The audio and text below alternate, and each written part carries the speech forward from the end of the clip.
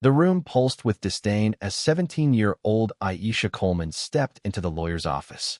Her dark skin, coiled hair, and modest clothes marked her as an outsider to the wealthy, white Harper family. Sneers followed her. "Who let the janitor in?" sneered Marcus Harper, nephew of the late tycoon Charles Harper. Laughter rippled. Aisha stood still, eyes locked on the empty chair at the center, her chest tight but her face unyielding.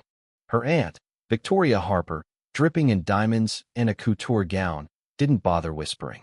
"Probably another of my brother's charity cases. Here for a handout." Aisha inhaled deeply, refusing to let their words break her. Photos lined the walls: corporate awards, exotic vacations, testaments to Charles Harper's empire.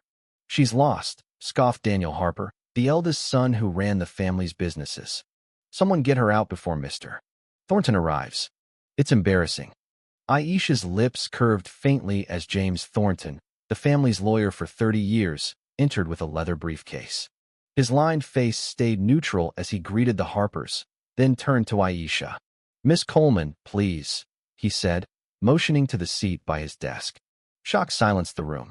Marcus choked on his wine. Victoria's grip whitened her knuckles.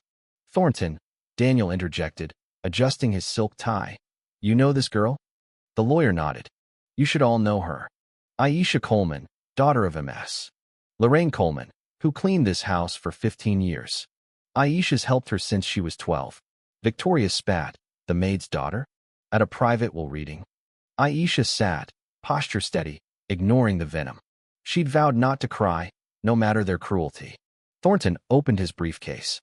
"We're here for Charles Harper's final will, deceased 3 weeks ago after battling cancer." Niece Olivia, engrossed in her phone, snapped a covert photo of Aisha, posting it online. "We'll crash her. Maid's kid thinks she's family." The post racked up likes as Marcus whispered. "Bet Uncle left her pocket change 10,000 Reyes for charity." No one saw Aisha's focus on Thornton's hands as he pulled a sealed envelope. "Before we proceed," Thornton said, "Charles left a video." Daniel rolled his eyes. "Another of Dad's theatrics. Let's get to it." Thornton ignored him, activating a wall screen. Charles Harper appeared, frail but resolute. "If you're watching, I'm gone," he began, voice firm. "You're eager for my estate. But first, a question. What's Ms. Lorraine's daughter's name?" Silence gripped the room. Daniel frowned. Marcus fidgeted. Victoria studied her nails. Charles's sad smile filled the screen. "Aisha's worked here 5 years, helping her mother since 12, and none of you bothered to learn her name." Aisha's throat tightened. "I saw how you treated her. All our staff like they're invisible, disposable." Charles continued, his tone hardening. "That showed me your true character." The room tensed. Olivia's phone slipped. Marcus swallowed hard. Daniel shifted.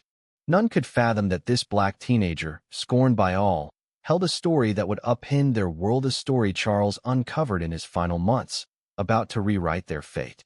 Charles's video resumed, his weary voice cutting through the hush. "These past months, I watched how you treated nurses, cleaners, drivers. It broke my heart. Then I noticed Aisha. While you ignored her, I saw a remarkable young woman studying nights after work, caring for her ill mother, reading my library's books." Daniel stood, furious. "This is absurd, Thornton. Illegal." The lawyer stayed calm. "It's all legal, Mr. Daniel." On screen, Charles smiled. "I know you're fuming." Daniel, questioning legality. "What you don't know is I spent 3 months talking to Aisha. She'd sit with me on breaks, sharing her dream to study law." Olivia, squirming, tried deleting her viral post too late. Charles continued. "Aisha, daughter of Lorraine, who worked here 15 years, even when Victoria cut her pay while buying her 3rd sports car." Victoria flushed. Aisha, whom Daniel shamed, spilling coffee on her papers, forcing her to scrub the floor while calling her useless, not knowing she'd just learned her mother needed costly surgery. The video cut off. Thornton opened another envelope. "There's one more video, but first, the will's key terms." Marcus exploded. "A maid can't inherit our empire." Aisha spoke, voice steady. "Your family built nothing, Marcus. Charles started selling vegetables at a stall. You were born with the silver spoon." Silence fell. Thornton read. "I, Charles Harper, Leave Aisha Coleman 51% of Harper Enterprises shares, my primary residence, all properties in Appendix A, and 20 million reais in investments. This is manipulation, Daniel roared. She tricked a dying man. Thornton raised a hand. There are conditions. Aisha gains full control at 21. Until then, a board led by me and Dr. Elena Vasquez manages the company. Victoria gasped. The doctor? The door opened, and a poised black woman in a sharp suit entered, smiling at Aisha. Dr. Vasquez was more than Charles's doctor, Thornton said. She introduced Aisha to him after seeing her devotion to Lorraine in the hospital, even after you fired Lorraine when she got sick. Dr. Elena nodded. Lorraine and I were college friends before life diverged. Seeing her fight cancer, like Charles, I noticed Aisha's strength. 3 months earlier, Aisha had begged Daniel for a medical advance. He refused, mocking her before executives. Can't afford meds? Get a better job.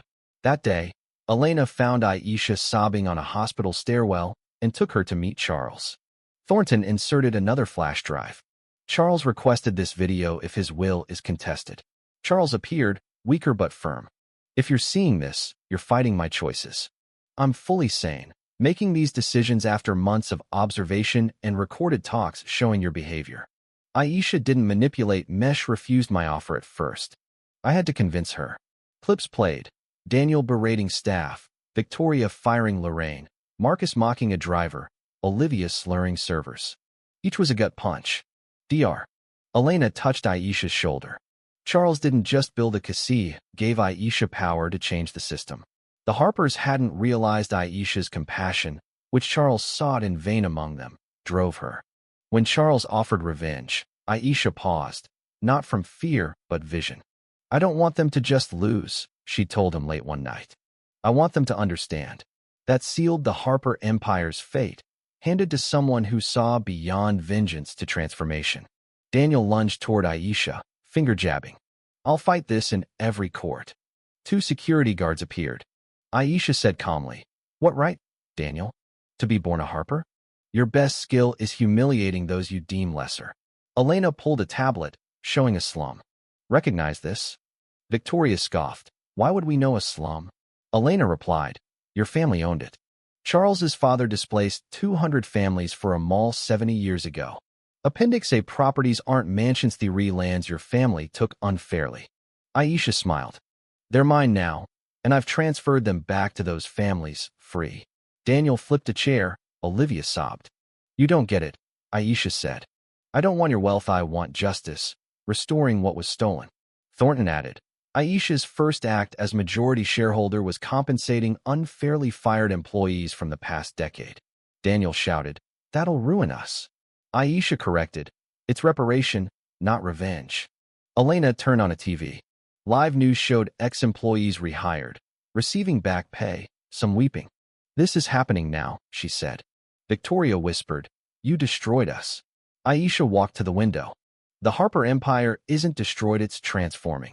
Profits may dip, but they'll recover, shared fairly. Daniel sneered.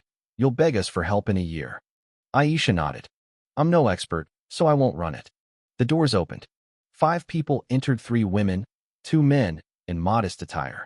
Meet Harper Enterprises' new board, Aisha said. Former employees your father fired for unionizing, with decades of expertise ignored because they were beneath you. A gray-haired man stepped up. Hello, Daniel. I'm Javier Ruiz, fired from finance after 25 years for suggesting employee profit sharing. Marcus yelled, You can't give them the company. Elena smiled. It's done, paperwork signed before you arrived. You keep minority shares, dividends, meeting rights. Daniel slumped, pale. My father wouldn't do this. Aisha said softly. He did, because he learned legacy isn't money, it's lives touched. Olivia stood, furious. I'll expose this fraud. Thornton showed a video of Olivia's racist rants. I have hours of you all, Aisha said, showing who you are when you think no one matters is watching. Marcus, deflated, asked, What do you want? Aisha replied, Learn what it's like to be powerless, judged by skin or status. Javier spoke. We're here to transform, not destroy, hired for skill you ignored. Elena handed folders. Contest the will worry ready for years of court. Or accept a transition. Keep homes, get income. Join a year-long social awareness program volunteering in exploited communities, diversity training. Victoria challenged. If we refuse? Aisha met her eyes. No punishment, just consequences. Videos released. Lawsuits continued. Your name's tied to exploitation Charles wanted to fix. Silence fell. The Harpers faced not just a teenager, but a seismic shift. Daniel muttered, "You're just a girl this'll collapse." Aisha smiled. "It was never yours or mine. It belongs to those who built it." She gazed outside, at a world forever changed. 6 months later, Harper Enterprises headquarters, once an elite fortress, housed a ground-floor community center. Youth from marginalized areas took free classes in tech, entrepreneurship, and rights. Aisha walked the halls, greeting workers by naming a habit Charles tried, but his family shunned. Walls now showcased local artists' work, not European masters. CFO Javier Ruiz reported, profits up 12%. Profit sharing boosted productivity. Dr. Elena added, the housing project on old Harper lands gave 300 families deeds. Worker co-ops start next month. At 17, still in high school, Aisha balanced 4 hours daily at the company, guiding strategy while the board handled operations. She studied at a private school on a scholarship from her new foundation and cared for Lorraine, now in remission. In a cafe, Daniel watched a Harper Enterprises billboard, Building a Fairer Future, featuring Aisha and the diverse board. His suit was gone, cars sold to pay debts. Refusing Aisha's program, he fought the will, lost every case, and saw his name ruined by Charles's videos. His phone pinged, admin assistant, social reintegration program. Rock bottom. Nearby, Olivia carried anti-racism course materials. Her viral post mocking Aisha tanked her influencer career, so she joined the program. Daniel, she called, it's transformative. Aisha wants us to learn. Tears fell as he nodded. At headquarters, Aisha pitched to global investors, her socially responsible model a case study in universities. A French investor asked, why not punish them fully? Aisha replied, transformation beats punishment. Some are learning. Others, like Daniel, need to hit bottom to look up. Aisha's plan was never revenge. When Charles offered control to crush his family, she told him, I don't want to swap oppressors, I want to change the system. In his final days, Charles saw her as his true heir, not just of wealth, but of values his family rejected. On the 1-year anniversary, Aisha opened the Charles Harper Institute for Social Equity. Among students and staff sat Victoria, Marcus, and Daniel, the latter in an intern's uniform, uneasy but there. Prejudice isn't undone by exposing bigots, Aisha said, but by changing structures, giving people a chance to see beyond their bubbles. Lorraine, cancer-free, beamed from the front row, knowing her daughter turned shame into revolution. Aisha didn't just inherit a company, she sparked a movement, reshaping power and privilege, community by community. If this story moved you, showing transformation over vengeance, subscribe for more tales of underestimated heroes. The greatest revolutions start when someone humiliated responds not with hate, but with vision.